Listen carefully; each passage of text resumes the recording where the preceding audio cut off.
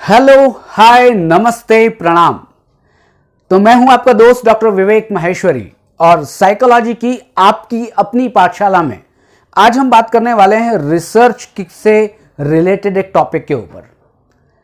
कुछ दिन पहले मैंने एक वीडियो बनाया था क्वासी एक्सपेरिमेंटल रिसर्च डिजाइन के ऊपर। आप लोगों ने बहुत अच्छी रिस्पांस उसके ऊपर दी है।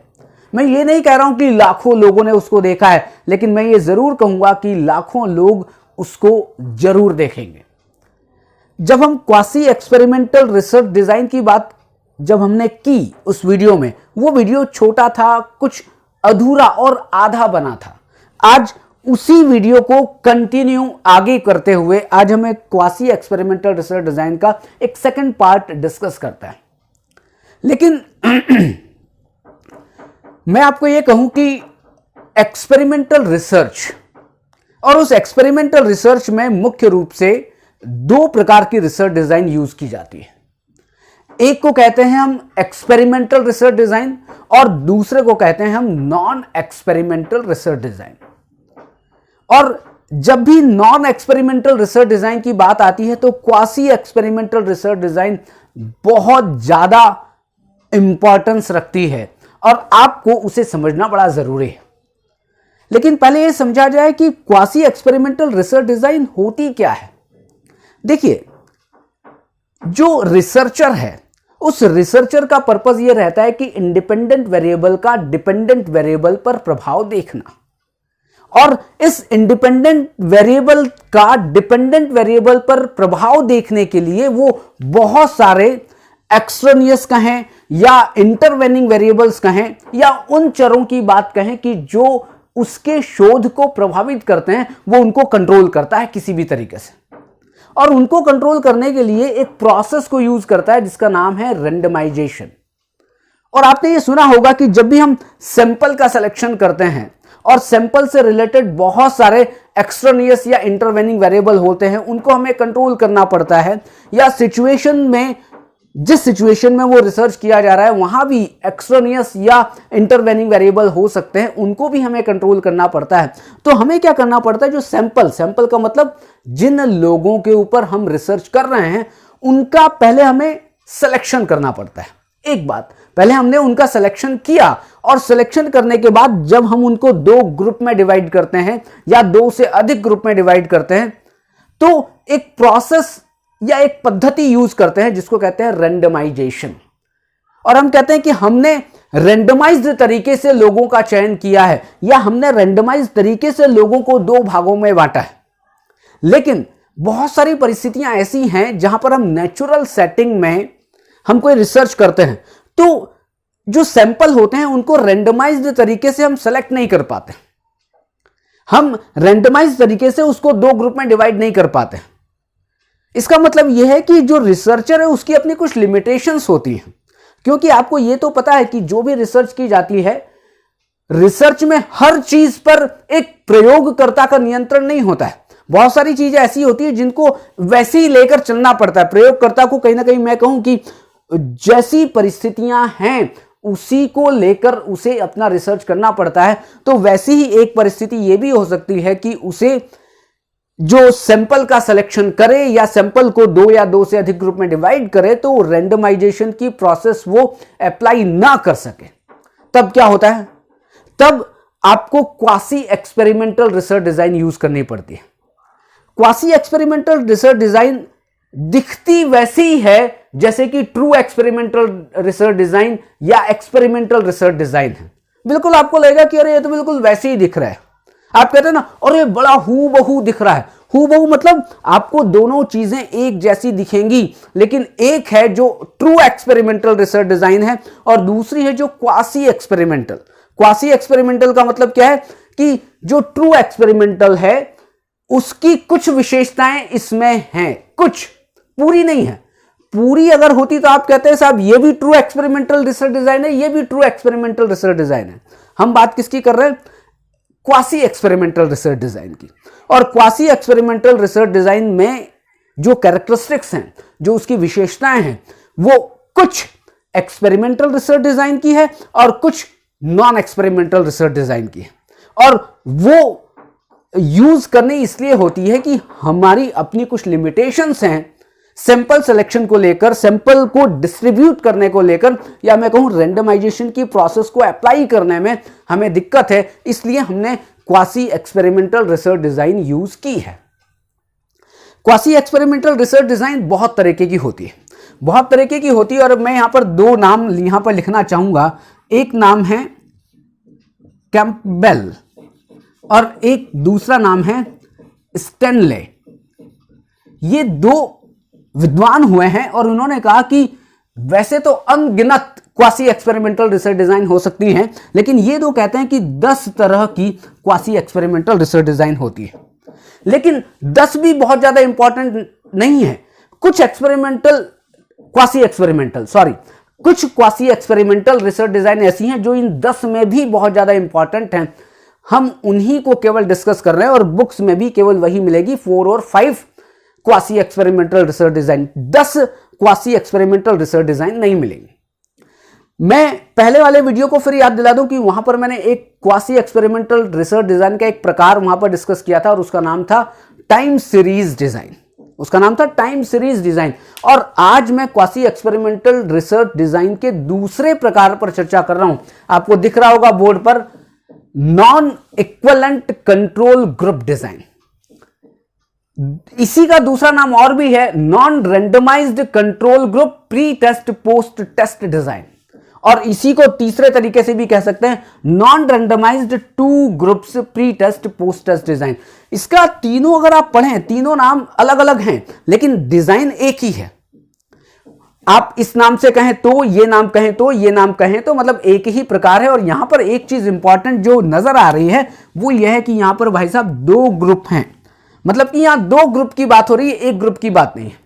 दूसरा, यहां पर प्री टेस्ट, मतलब दोनों ग्रुप के प्री टेस्ट की बात है और दोनों ग्रुप के पोस्ट टेस्ट की बात है, क्योंकि यहां पर क्या है, 2 groups pre test post test design. लेकिन एक और इंपॉर्टेंट वर्ड है, नॉन रैंडमाइज्ड। मैंने अभी अभी कहा था कि जब भी क्वासी एक्सपेरिमेंटल रिसर्च डिजाइन को आप पढ़ेंगे तो वहां पर रैंडमाइजेशन नहीं होगा, मतलब कि नॉन रैंडमाइज्ड तरीके से आपने 2 ग्रुप में डिवाइड किया और उसके बाद आपने प्री टेस्ट किया, पोस्ट टेस्ट किया और एनालिसिस कर ली। इस ऊपर भी आप देख लें कि नॉन रैंडमाइज्ड तरीके से कंट्रोल ग्रुप, यहां पर कंट्रोल ग्रुप का मतलब है कि कंट्रोल ग्रुप के साथ एक्सपेरिमेंटल ग्रुप तो फ्री में है, वहां पर 2 ग्रुप तो बने ही बनेंगे, एक एक्सपेरिमेंटल ग्रुप बनेगा, एक कंट्रोल ग्रुप बनेगा। यहां पर मैंने कहा था 2 ग्रुप्स, नाम एक ही है, अलग अलग बदल गए हैं, pre test post test design. और यहां पर आप देखें नॉन इक्विवेलेंट, क्योंकि रैंडमाइजेशन हुआ ही नहीं है तो वो नॉन इक्विवेलेंट हैं, समान नहीं है।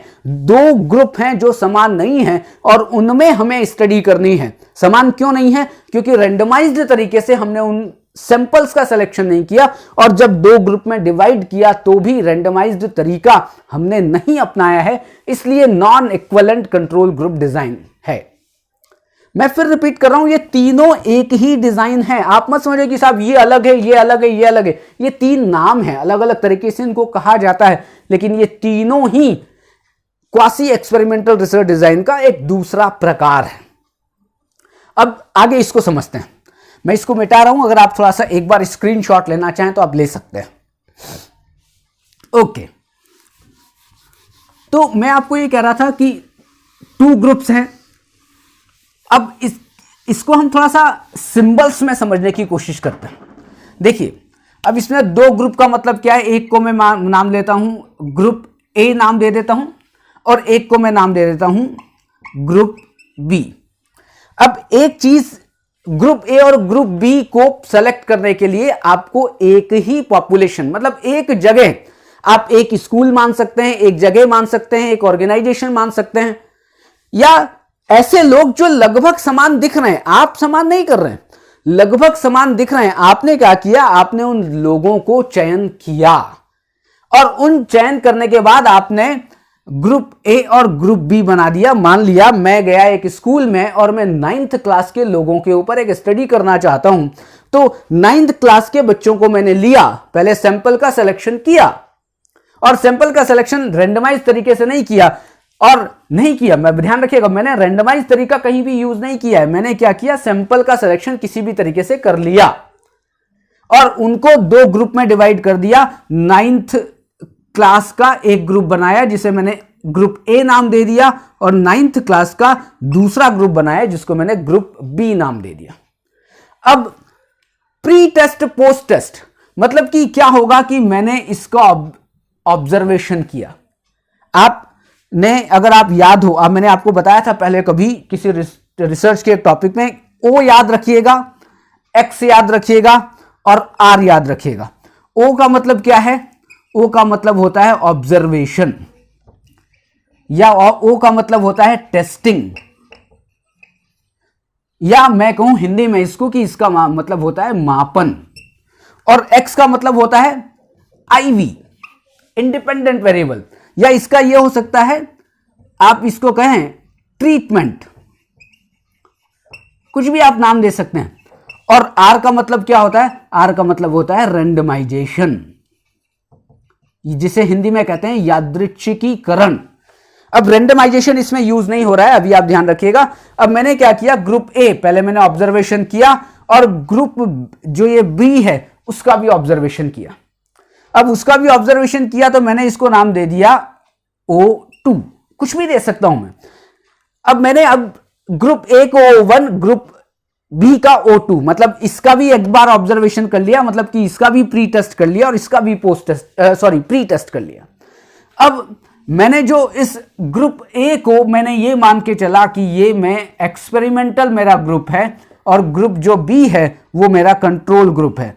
मैं केवल इसको मान के चल रहा हूं, मैंने रेंडमाइज तरीके से इनको दो में डिवाइड नहीं किया। मैंने तो बस ये कह दिया कि साहब आप ग्रुप ए हो, आप ग्रुप बी हो। ग्रुप ए मैं मान के चल रहा हूं कि ये एक्सपेरिमेंटल ग्रुप है, जिसको मैं इंटरवेंशन देने वाला हूं, जिसको मैं ट्रेनिंग देने वाला हूं, जिसको मैं इंडिपेंडेंट वेरिएबल देने वाला हूं।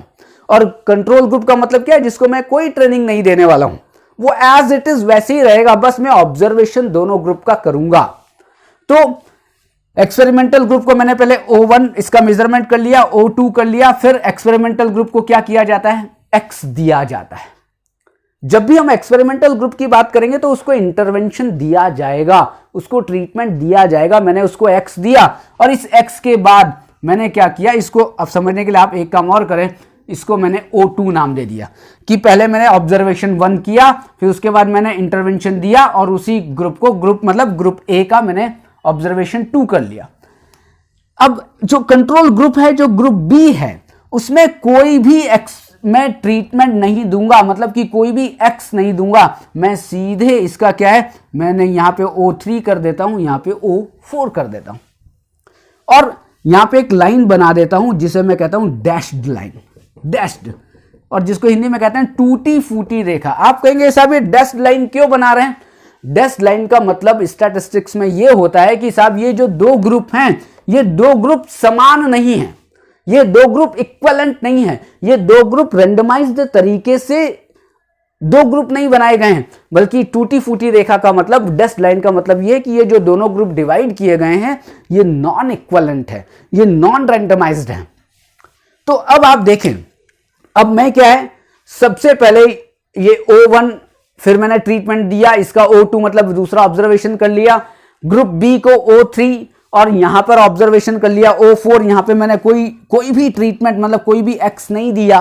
अब आप देखें, अब आप एनालिसिस करें। अब एनालिसिस कैसे कर सकते हैं कि साहब पहले इसका ग्रुप ए का प्री और ग्रुप बी का जो प्री है उसमें आप कंपैरिजन कर लें। आप ये कर सकते हैं कि ग्रुप ए का O1 और ट्रीटमेंट के बाद जो O2 है इसका आप कंपैरिजन कर लें। आप ये कर सकते हैं कि ग्रुप बी का O3 और O4 का कंपैरिजन कर लें। एक कंपैरिजन ये हो सकता है कि आप O2 और O4 का कंपैरिजन कर लें, कि जिससे आपको ये पता लग जाए कि ट्रीटमेंट देने के बाद इसके ऊपर क्या प्रभाव पड़ा, और इसको ट्रीटमेंट नहीं दिया तो इसके ऊपर क्या प्रभाव नहीं पड़ रहा है।